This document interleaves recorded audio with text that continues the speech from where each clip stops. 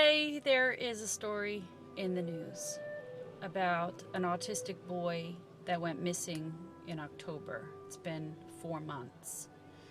He lived in New York. He went to school in probably a public school, and he ran out of the building.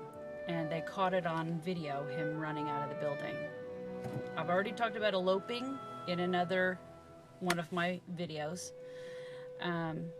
The security guard supposedly said he didn't know he was autistic. That was what I read 4 months ago, which tells me that this boy probably went to a public school and maybe was in a contained classroom of autistic kids. Continue 0.2 miles, then turn right on South Springfield Avenue. Probably was in a contained classroom of autistic kids. First of all, if I was, in charge, I would have made sure that the security guards know who all the autistic kids are in the school, because they have such a reputation for doing this, for eloping, just for the safety of the kids. That's not my focus today. When they run away, usually they're looking for water.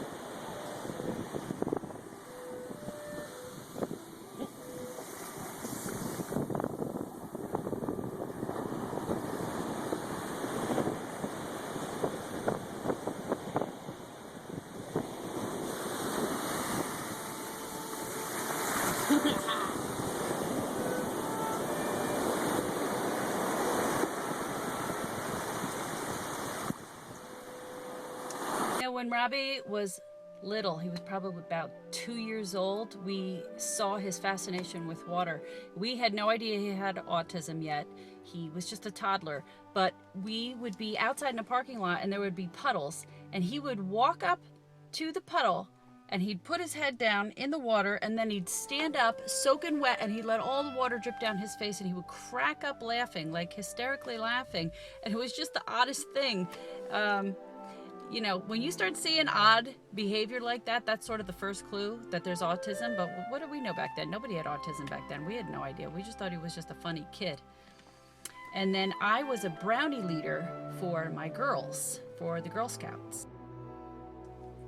And we used to have meetings at school, after school, in the cafeteria. And one day I was setting up for the meeting, and when I wasn't looking, of course, Robbie took off and he ran outside. And I turned around, panicked because he was gone, and I ran outside, and there were people out there.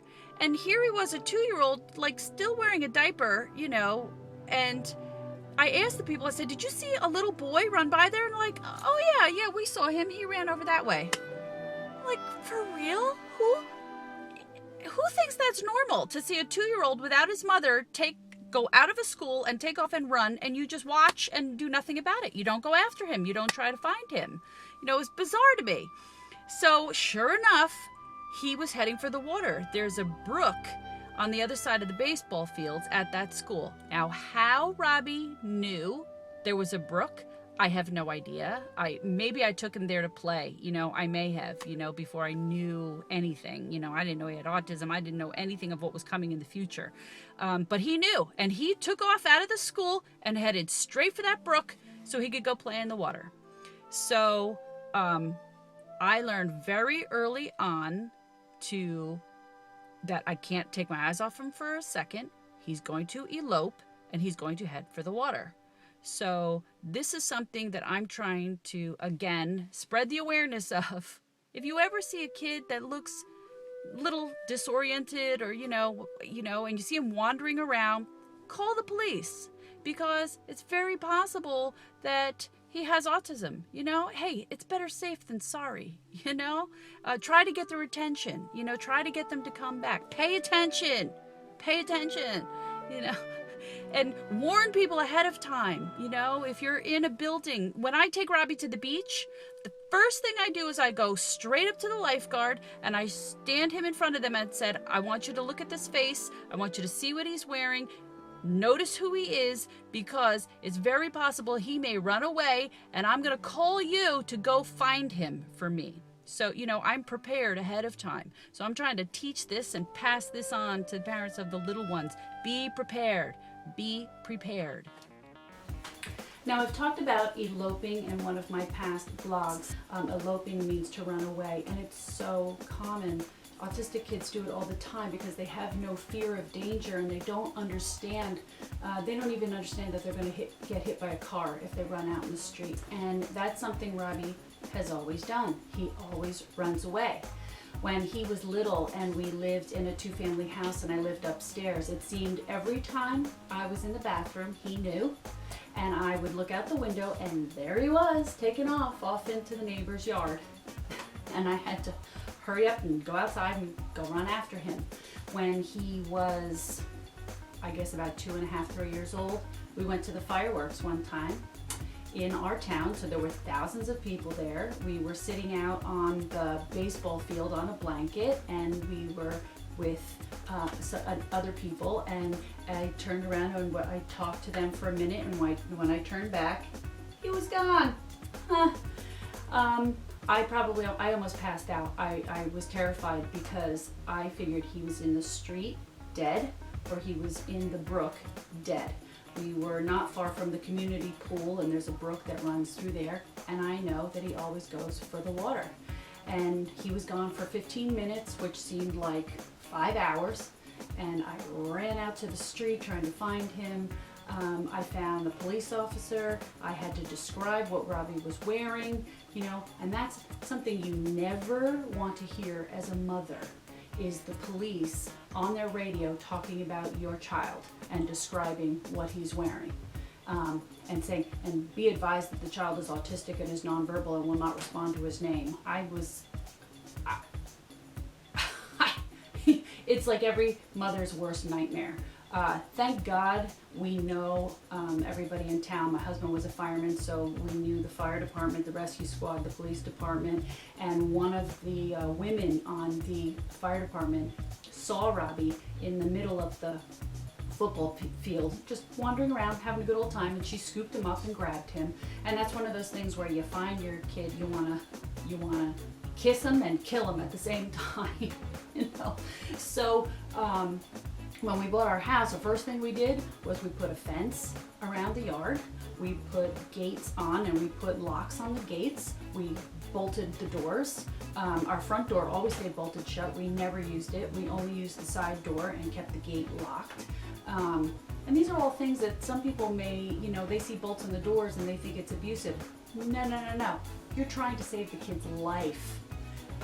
Somehow he learned that neighbors on both sides of us each had pools. So on the occasion that the gates were left open from people coming to visit that didn't know any better, or we just, you forget, the other kids forget to lock the gate, and Robbie always knew when you weren't paying attention. And he would take off, and usually he was heading for one of those pools. And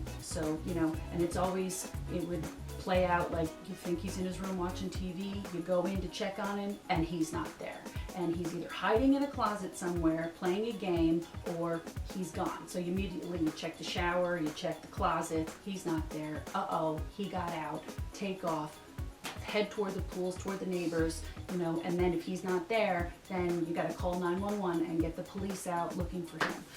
Can't tell you how many times we've had the police out looking for him. So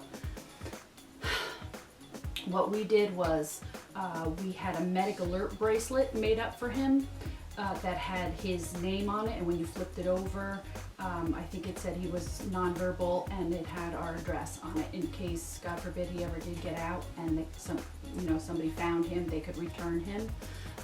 The one time we had a problem was he didn't go his usual route, he headed the other way, and he ended up in the next town, and the police in that town didn't know Robbie, so they didn't know who he was.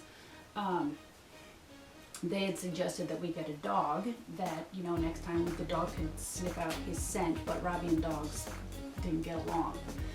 So the focus of today's blog is really just to help other parents, if you have little ones, to prepare you, to let you know how to cover all your bases in case your child starts learning how to elope. So the first thing that I do is, you know, first of all, do what I did, bolt the doors, put gates up. They make alarms for doors now that beep every time the door opens, so that even if you're upstairs and they're downstairs, as soon as the door opens, you'll hear beep beep, you know, and you'll know that they went out the door. Get some type of, you know, bracelet or alert bracelet. I know that that was years ago. I know that there's a company that makes some type of special locating, you know, bracelet or something now for them. And do what I did in my other video, is take them for walks, get them familiar with their surroundings, and so that they know how to get home. In case they do wander off, let them also know how to wander back and come back home. And then the most important thing is, since they're always so fascinated with the water, teach them how to swim, and teach them how to swim early on. One thing that Robbie's school did that was great was they used to take them to the Y for swimming lessons, and my other kids were jealous. They thought that wasn't fair, that for school Robbie got to go swimming. And then when his school built a new building, they put pools in on purpose. And this is not for fun, they're doing it to save lives, because there's been funerals from Robbie's school of kids that have drowned. You know, you hear stories like this all the time of autistic kids that you know, that drown because they have this fascination with the water. Teach them how to swim. And let me tell you, if Robbie can learn how to swim, your kid can learn how to swim. So today I'm going to share with you video of Robbie at his swim lesson learning how to swim.